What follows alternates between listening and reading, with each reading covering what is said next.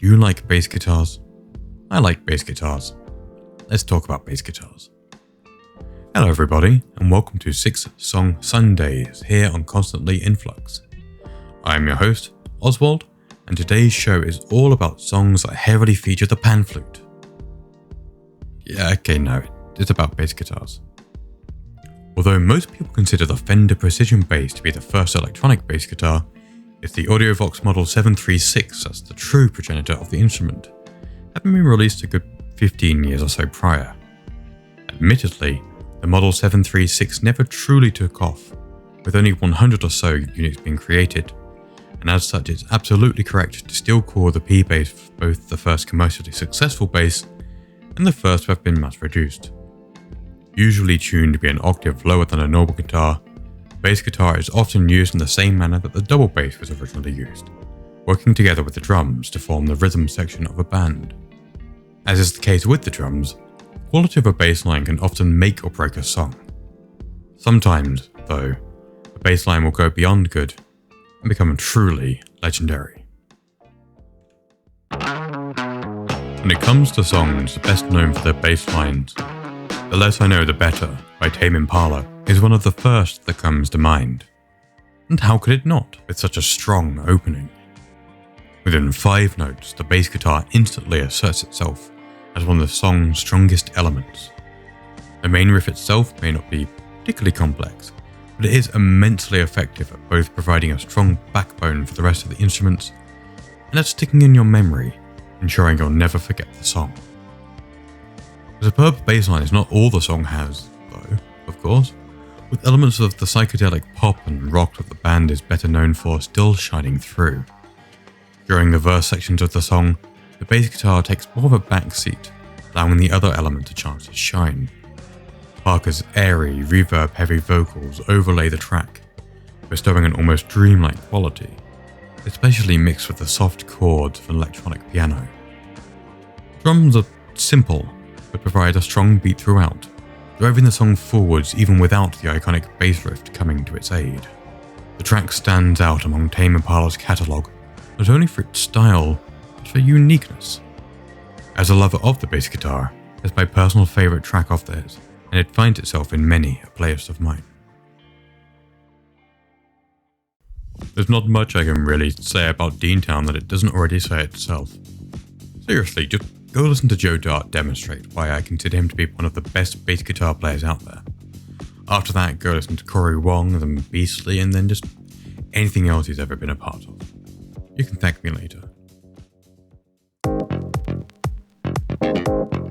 You could put almost anything on either side of the bass solo that comprises the middle section of this song, and I'll still probably enjoy the track as a whole. Haywire's music doesn't usually utilize the bass guitar to a particularly large extent, preferring to stick to synthesizers to fill the role, but listening to this sure makes me wish that wasn't the case. As with the previous 2 songs, memory starts immediately with the bass guitar, highlighting its importance within the track, even with the introduction of synth lines later in the track and with the vocal chopped throughout. The bass line here feels very much more important than any melody could be, an effect that's very much enhanced by how highly prioritized it is within the mix. Haywire's masterful production ensures that each and every note stands cleanly within the mix. Though the track may be fairly minimal, each element is placed perfectly, bringing a fullness that serves to demonstrate the strength of the old axiom that less can be more.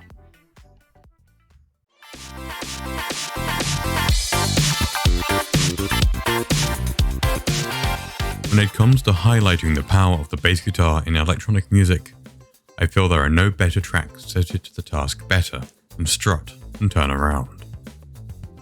The 2 tracks utilize the bass guitar in almost exactly opposite styles, yet somehow in my mind they're almost entwined.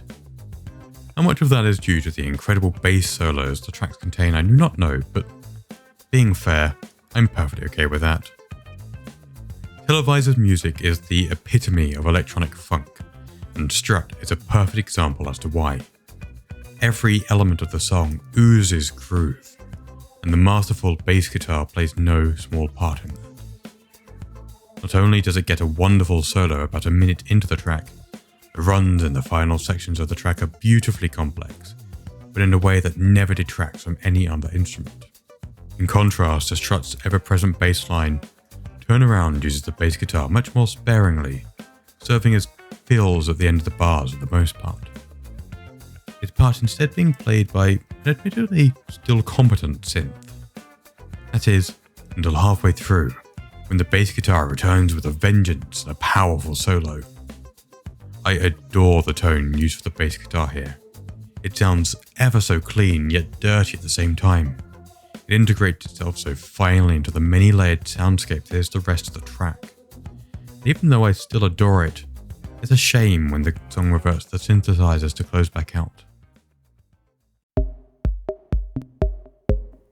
If you ask people to name songs by Clean Bandit, you'll probably get the answers of Rather Be and Symphony. And for good reason. They're great. It's unlikely, however, you'll have anyone mention my personal favourite Clean Bandit track, Dust Clears. The song begins with a highly minimalistic tone, with only a basic kick drum and simple synth melody. As the intro progresses, vocals and a delicate piano are brought in, and even as the pre-chorus starts to kick in, the song never quite loses that minimalist quality. It's not until almost halfway through the song that the chorus is brought in entirely, bringing with it the band's iconic violin and the bass guitar that lands into place on this show. The combination of violin and bass guitar is not one that you'll hear often, but it's one that I thoroughly enjoy. Delicate tones of the violin are perfectly complemented by the harshness of the bass, somehow reaching a midpoint that contains both the beauty of the former and the groove of the latter. Having not attempted it myself, I can't say for certain, but managing to find that balance seems a difficult task indeed, highlighting the skill involved in the track's creation. Clean Bandit are nothing if not, well, clean in their production. Though I have used many words throughout this video to demonstrate just how perfect the bass guitar can be, especially in otherwise electronic tracks, I feel that I probably didn't need to prove that to anyone. Honestly, this video was summed up quite early on with just 4 words. I like bass guitars. For anyone interested in listening further to the songs I've talked about in today's show, make sure to check the description. Not only will you find links to a playlist containing this week's 6 songs, but you'll also find a playlist that contains more bass than the ocean around my Animal Crossing island. And since that joke only truly works in the written form, it's lucky that you'll also be able to find a link to the script for if you're one of those people who prefer to consume their content in the form of the written word. You have been listening to Constantly in Flux. Hope you've enjoyed today's show, and I'll see you next time.